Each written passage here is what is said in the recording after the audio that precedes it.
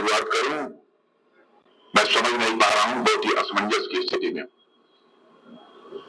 सिख समुदाय के बारे में मैं ज्यादा कुछ नहीं बोलूंगा। हमारी आप लोगों से एक मांग है, मैं आपसे वोट नहीं मांग रहा हूं, हमारी मांग दूसरी है। आप लोगों ने तो वोट के बारे में सभी माइंड मेकअप किया हुआ है, इसलिए उसके बारे में मैं कुछ नहीं कहूंगा। हमारी एक मांग यह है कि मैं अपने लखनऊ के सिख भाइयों के साथ चुनाव समाप्त होने के महीने, 2 महीने, 2.5 महीने के बाद सामूहिक रूप में सबके साथ एक बार मैं बैठना चाहूंगा।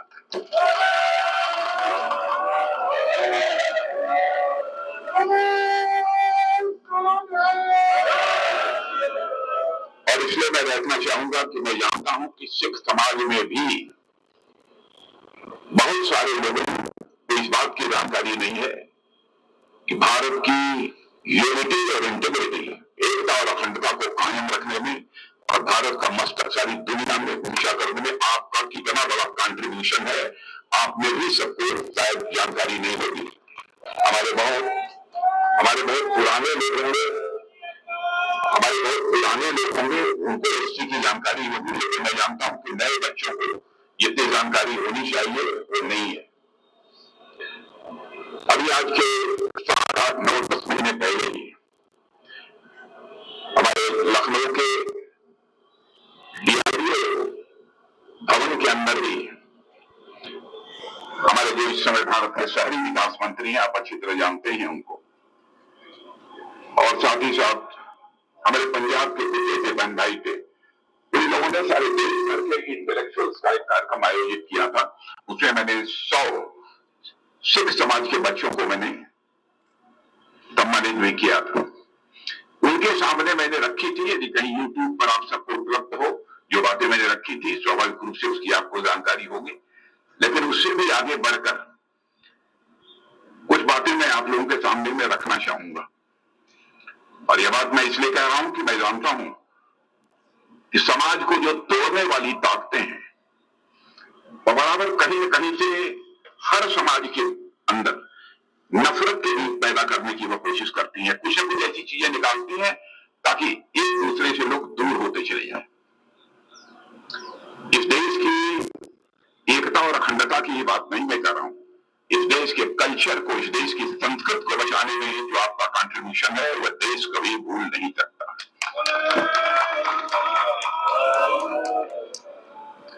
कौन सरदार रणजीत सिंह जी को भूलेगा? यदि अमृतसर में स्वर्ण मंदिर पर वो स्वर्ण का छत्र लगाते हैं, तो वहीं पर काशी में काशी मंदिर पर भी आकर वो स्वर्ण का छत्र लगाते हैं। कितने लोगों को इस बात की जानकारी है? इससे बड़ी एकता की और भाईचारे की दूसरी मिसाल को क्या सकती है? वो हम लोगों के आदर्श हैं, हम लोगों के पूज्य हैं। लेकिन अच्छा किया आप लोगों ने एक कम से कम कुछ बातचीत करने का मुझे अवसर दिया है, और मैं खड़े होकर सच बताऊं कि मैं तो लंबा बोलना चाहता था, लेकिन तो अब चुनाव का समय है, समयाभाव है, और पैर में दर्द होने के कारण भी बहुत सारी बातें आपके सामने मैं नहीं रख पा रहा हूं। देश का जहां तक प्रश्न है, आप लोगों ने पहले भी सरकारें देखी है इस देश में।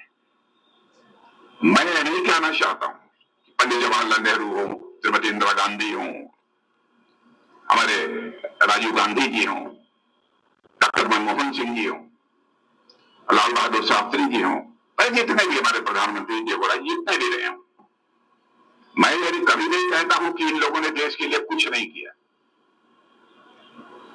ईमानदारी की बात है कि सबका इस देश के लिए कंट्रीब्यूशन है। जो भी सरकारें रही हैं, कुछ न कुछ देश के लिए सबने जिसकी जितनी क्षमता थी, जितना कर सकते थे, उन्होंने करने की कोशिश की। लेकिन यदि आजाद भारत की पूरी हिस्ट्री में उठाकर देखता हूं तो मैं इस नतीजे पर पहुंचता हूं, विकास की जो तेजी, विकास की जो इंटेंसिटी मोदी जी के भारत का प्रधानमंत्री बनने के बाद इस देश में देखने को मिली है, यह डेवलपमेंट की इंटेंसिटी हमको कभी भी देखने को नहीं मिली। और मैं कह सकता हूं कि एक नई सोच के साथ भारत नए भारत के निर्माण की ओर तेजी के साथ आगे बढ़ रहा है।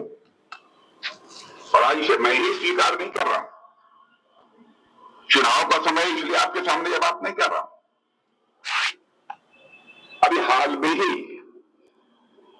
एक कॉन्फ्रेंस को, कोई चाहे इंटरनेशनल कॉन्फ्रेंस थी या कौन सी कॉन्फ्रेंस थी, मैं नहीं जानता उसको, अमेरिका दुनिया का